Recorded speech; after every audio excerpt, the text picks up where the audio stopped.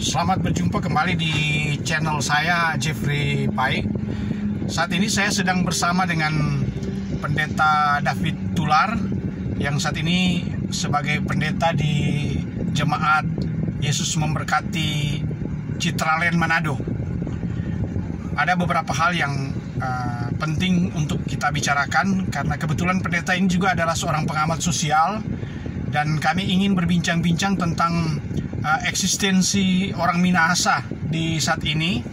Yang kita lihat sendiri peran orang-orang Minahasa yang ada sekarang ini berbeda jauh dengan peran yang pernah dilakukan oleh orang-orang Minahasa di masa perjuangan kemerdekaan sampai pada masa kemerdekaan. Kita tidak dapat lagi menyebutkan terlalu banyak sebetulnya tokoh-tokoh nasional asal Sulawesi Utara yang menjadi pahlawan, yang juga menjadi founding fathers untuk mendirikan negara kesatuan Republik Indonesia. Tapi saat ini memang harus kita akui eksistensi orang Minahasa berkurang, terutama dalam perannya, entah itu di bidang politik, di bidang sosial, bidang ekonomi, bidang militer, dan berbagai bidang lainnya. Bagaimana pandangan dan tanggapan Pendeta David Tular tentang eksistensi orang Minahasa saat ini? Baik, terima kasih Pak Jeffrey yang sudah mengajak saya berdiskusi mengenai peran dan eksistensi orang Minahasa di zaman ini. Jadi memang kita tidak boleh pisahkan pertama-tama bahwa ketika kita berbicara tentang orang Minahasa, maka kita sedang berbicara tentang orang-orang dari daerah ini di tengah-tengah satu bangsa Indonesia. Nah, bangsa ini tidak lahir dengan sendirinya, tapi satu proses yang membawa bangsa ini, yaitu satu kesepakatan untuk bersama-sama karena adanya sejarah bersama yang telah membentuk satu identitas nasional yang muncul di awal abad ke-20 dengan kebangkitan nasional itu, yang coba merajut sebenarnya kebersamaan dalam perjuangan melawan penjajah Belanda. Dan di dalam proses itu kita harus melihat bahwa keminahasaan itu sendiri sebenarnya lahir dari proses perjuangan yang mirip, beda-beda tipis. Karena orang di Minahasa ini ada bermacam-macam suku, sehingga nama Minahasa itu bukan menunjuk pada satu suku, tapi pada satu bangsa yang terdiri dari berbagai macam suku. Dan ini satu-satu yang sangat unik di Indonesia, karena apa yang dilihat misalnya di dalam sejarah ada proses saling merajut identitas, ya. Dan kita di Minahasa ini terkenal dengan simbol-simbol identitas bersama itu seperti Toar Lumimuut dan Batu Pinavetengan. Itu dua simbol yang besar yang menyatakan siapa orang Minahasa itu. Dan biasanya orang menarik garis pertemuan itu di dalam dua aspek ini. Ditambah lagi tentu dengan aspek-aspek lain seperti yang menjadi moto dari Universitas Samratulangi, yang merupakan apa yang pernah diceritakan pada saya oleh Profesor Pauruntung, mantan rektor itu, bahwa dia mendengar bagaimana Dr. Samratulangi itu menyatakan kalimat Sitou Timou Tumoto. Walaupun tidak ada satupun tulisan yang merekam secara langsung, tapi itu kemudian menjadi salah satu simbol baru dari kebersamaan orang Minahasa yang menunjukkan nilai dari apa artinya orang Minahasa itu. Sitou Timou Tumoto artinya manusia yang sudah hidup menghidupkan manusia lain, itu memanusiakan manusia lain. Dan itu bukan hanya falsafah kehidupan, tapi falsafah untuk melangsungkan kehidupan dalam satu kebersamaan keminahasaan. Dan yang paling hebat di situ adalah bahwa sebagai bangsa Minahasa, orang Sulawesi dulu berhasil merajut perbedaan-perbedaan, baik perbedaan bahasa maupun perbedaan kebudayaan antara orang Tombulu dengan orang Tontembuan saja itu perbedaannya besar sekali. Ya, antara Tombulu dengan orang Tondano itu perbedaan orang besar sekali. dan dengan Tonsea juga seperti itu, dan kemudian suku-suku yang lain yang kemudian terangkum dalam Keminahasaan, antara lain juga dengan Bentenan, Pasan, Ponosakan, Bantik, menjadi identitas yang tidak pernah ada dalam sejarah. Dan ini yang sebenarnya merupakan kekuatan. Sayangnya, nah ini DP sayangnya ini, yaitu bahwa kekuatan yang dibangun dalam Keminahasaan itu, yang di tahap awal itu bertumpu pada pendidikan. Pendidikan di mana kemampuan intelektual, kemampuan kognitif dan afektif manusia itu yang menjadi utama. Nah ini yang sekarang kemudian, ini mau bilang siapa dia sedikit rusak adalah karena dalam manifestasi politiknya dia tidak lagi merupakan sesuatu yang bersumber dari kemampuan orang Minahasa itu sendiri. Banyak yang tergerus di dalam kepentingan-kepentingan yang digerus oleh kepentingan-kepentingan politik.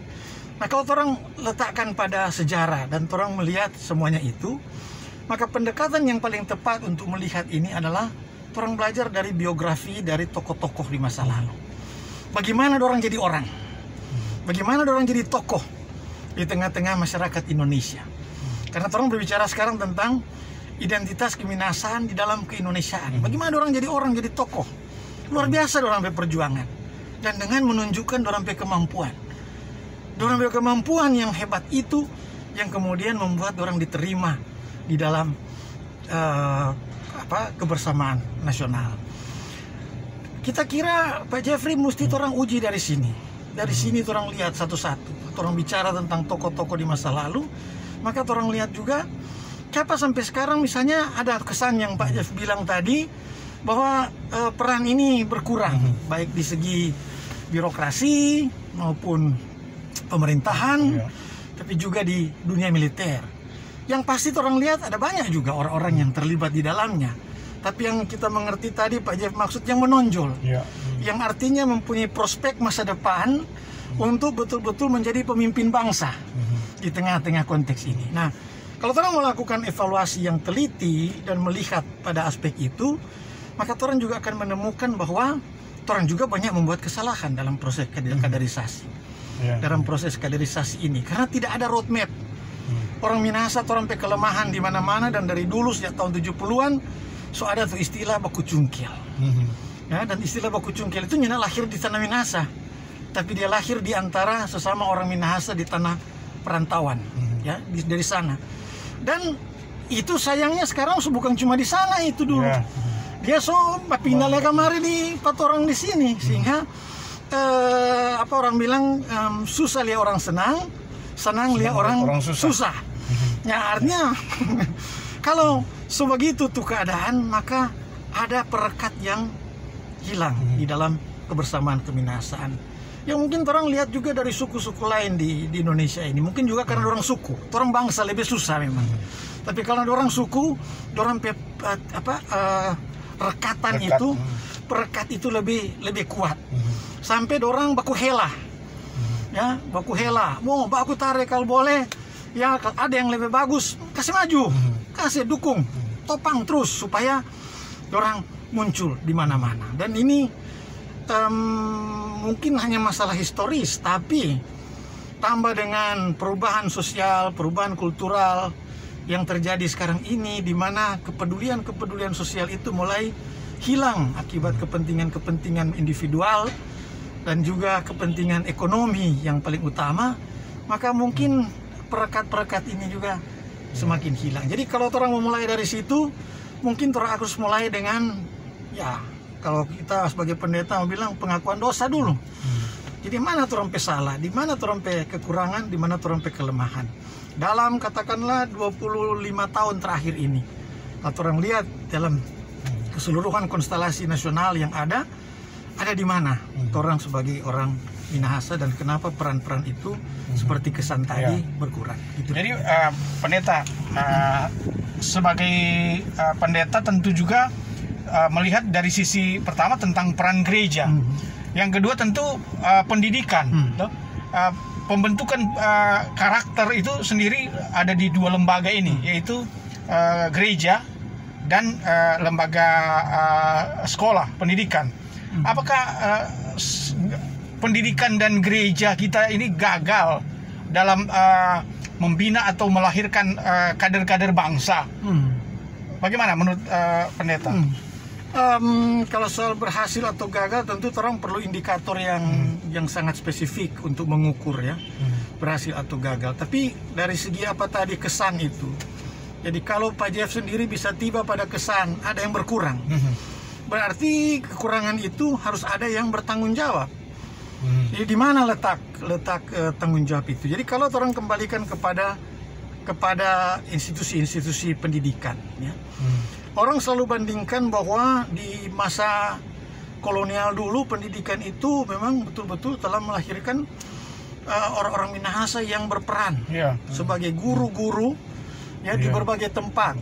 Dan kalau orang lihat misalnya di Pulau Sulawesi ini saja, ya orang Minahasa yang punya keturunan-keturunan di Sulawesi Tengah, di Gorontalo, Sulawesi Tengah, Sulawesi Tenggara, Sulawesi Selatan, Sulawesi Barat sekarang. Itu adalah guru-guru, tenaga-tenaga pendidik yang dikirim, yang diutus di tahun 50-an, 60-an, yang mulai dan sampai sekarang meninggalkan sampai keluarga-keluarga besar di sana. Itu menunjukkan bahwa surplus di Minahasa itu serta buang-buang tuh guru, ya. Jadi karena semua di sini sebagus, maka yang bagus itu bisa dijangkitkan ke daerah-daerah lain. Nah, uji itu sebenarnya harus orang lihat kepada lembaga-lembaga pendidikan sekarang ini. Lembaga-lembaga pendidikan dengan mengatakan bahwa apakah lembaga pendidikan, karena begini, di tahun 80-an kita pernah membuat satu tulisan di Manado Post atau Cahaya Siang, kita lupa, Manado Post kalau tidak salah, tentang orientasi berpikir mengenai pekerjaan masa depan. Dan rata-rata yang orang dapati itu waktu itu tahun 80-an itu 87 88 itu adalah keinginan untuk jadi PNS, pegawai negeri sipil. Itu dominan sekali. Kenapa? Karena ini sebenarnya berkaitan dengan perkembangan di kampung-kampung, di mana kaum muda itu mulai menolak untuk menjadi petani. So ini mau jadi petani karena tuh atribut petani yang melekat itu dirasa rendah, lebih rendah. Iya toh, sehingga biar di SMA golongan berapa ketika 2A dulu, biar juga golongan 2A, yang penting kerja di kecamatan atau di kelurahan, pokoknya yang penting pegawai negeri, ya, pegawai negeri. Sehingga dengan begitu masa depannya memang terjamin dari segi penggajian, dari segi ekonomi. Tapi karirnya dan cita-citanya memang sangat tergantung pada jenjang-jenjang birokrasi. Jadi tidak bisa ada loncatan-loncatan dan lain-lain. Dan di tahun 90-an orang melihat bahwa loncatan-loncatan itu terjadi. Ya, apalagi di tahun 2000-an. Nah, hanya memang ya itu juga orang harus akui bahwa ada teman yang bilang bahwa orang di Minahasa ini punya tingkat money politics itu sangat tinggi. Artinya orang tidak lagi mengandalkan kemampuan, bukan kemampuan yang nomor satu. Dan masyarakat juga tidak melihat orang pada kemampuan. Jadi memang baku makang. Jadi akhirnya terjadi bahwa orang-orang yang mampu pun sebenarnya harus bersaing dengan uang untuk bisa mendapatkan sesuatu. Nah, politik itu kan seperti itu. Jadi dia akan memberikan orang maksudnya mulai dari berjenjang untuk menjadi tokoh nasional. Nggak ada yang bisa melompat langsung. Dia harus melewati tahapan-tahapan itu.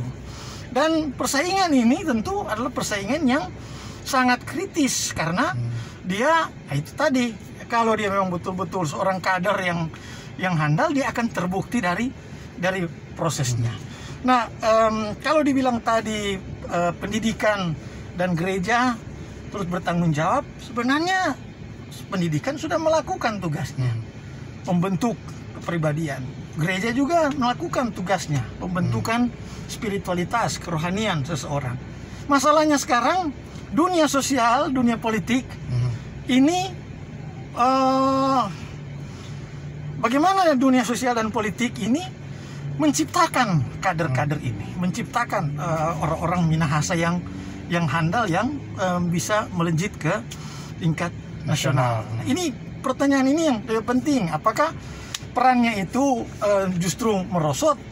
Karena itu tadi, karena orang tidak lagi melihat, oh dia kok bagus, jago, hebat, dia DP idealisme, oh dia kalau dia jadi memang betul-betul ini. Tapi orang tanya dulu, situ udah berapa situ dana kemampuan ya? Nah kalau situ nggak mampu ya nggak bisa. Nah ini pada akhirnya akan orang-orang yang terbaik di tengah-tengah masyarakat akan kehilangan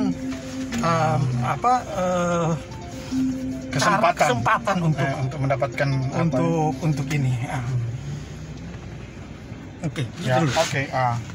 Ya demikianlah percakapan kami dengan Pendeta David Tular keterkaitan dengan eksistensi orang Minahasa saat ini. Demikianlah perjumpaan kita dan sampai bertemu di lain kesempatan. Terima kasih. Shalom, Tuhan berkati.